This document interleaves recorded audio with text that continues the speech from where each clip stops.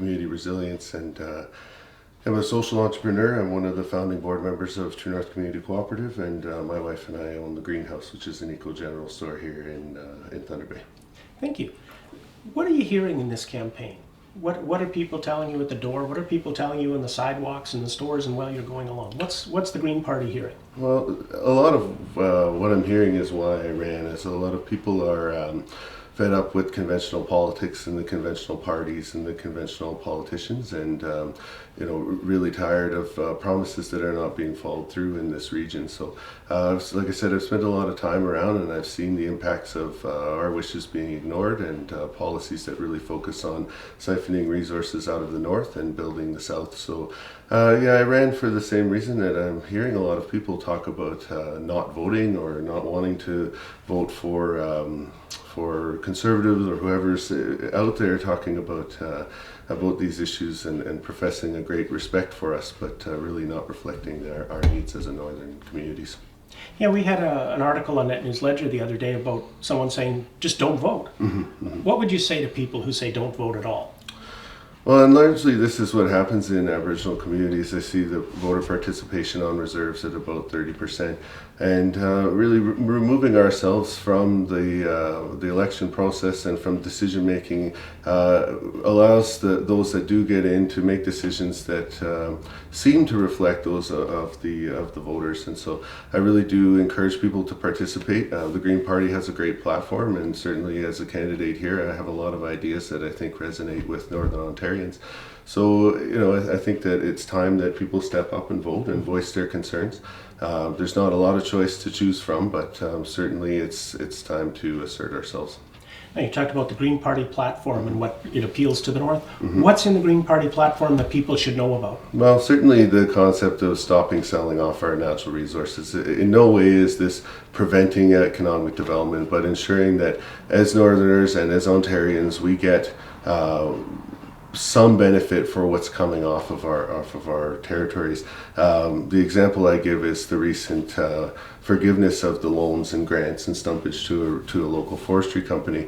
That type of practice is common. It's something that is happening, and I understand that there's the downturn, but really it's has to do with the rules that are set in the game that can be played.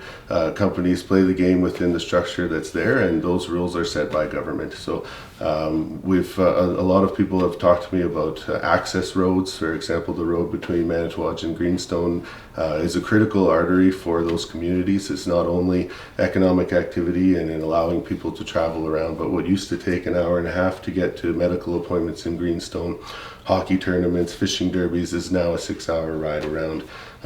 Once these roads are in, without companies there to maintain them, often the government passes the buck and allows them to deteriorate without an understanding that these are critical access points for Northern Ontarians. It's odd. In my travels, I've been to Toronto quite a bit and working with politicians and particularly advocating for the inclusion of forest and freshwater foods in the Local Food Act.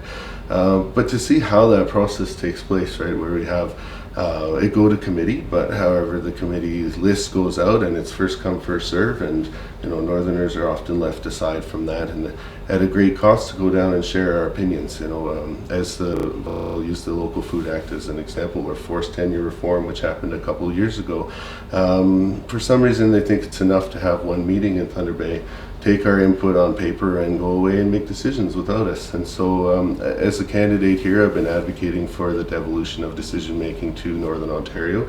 I really feel strongly that we can make decisions here locally that impact our short and long-term future, and we can look at the decision that's going to be made on either a rail or road into the Ring of Fire. And I know KWG came out with the perspective that very much the Green Party has been supporting for a while now, which is that Ontario Northland Rail run a rail line up into that region, run it as a social enterprise to ensure that that service of transportation is provided.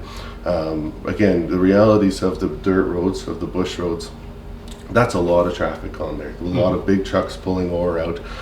There's a lot of hazard involved with that. There's a huge environmental impact on wildlife populations and on people, and it's something that we need to consider. What is the practical application of going rail or road, right? And in the long run, the maintenance costs on the rail are much lower than on the road. Like I say, the environmental disturbance is much less, and the cost of building a service road once a rail is in is greatly reduced as well.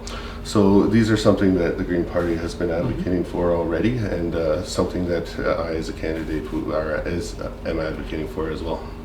Super. Is there anything else you'd like to share with our readers and viewers?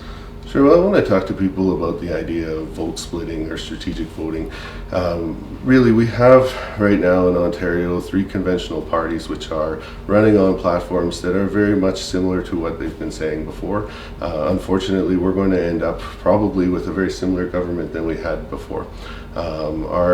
This election is going to cost about $80 million. That doesn't include the cost to the parties to run the campaigns. We're trying to run a very fiscally responsible campaign here in Thunder Bay Superior North.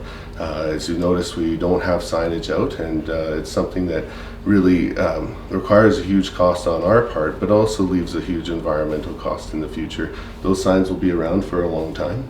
I firmly believe that people in the future will be more interested in the policies that we put forward rather than who ran for who and whose sign is not deteriorating in a dump somewhere.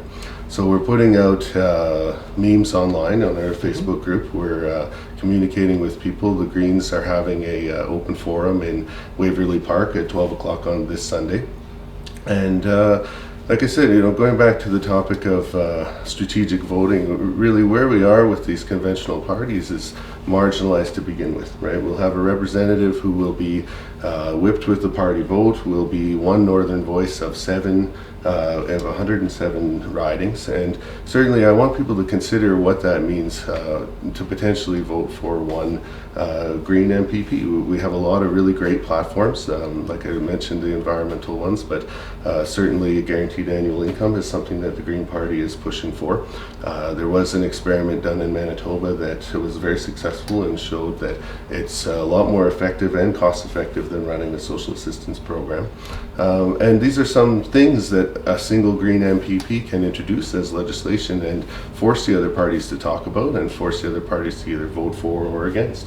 And so I really do think Northerners can look to electing a strong voice rather than voting strategically and picking a party that again, like I say, will have that marginalized voice within a larger party. So I'd like people to consider voting Green on June 12th and come to check out our platform and ensure that they're fully aware of what's available to them.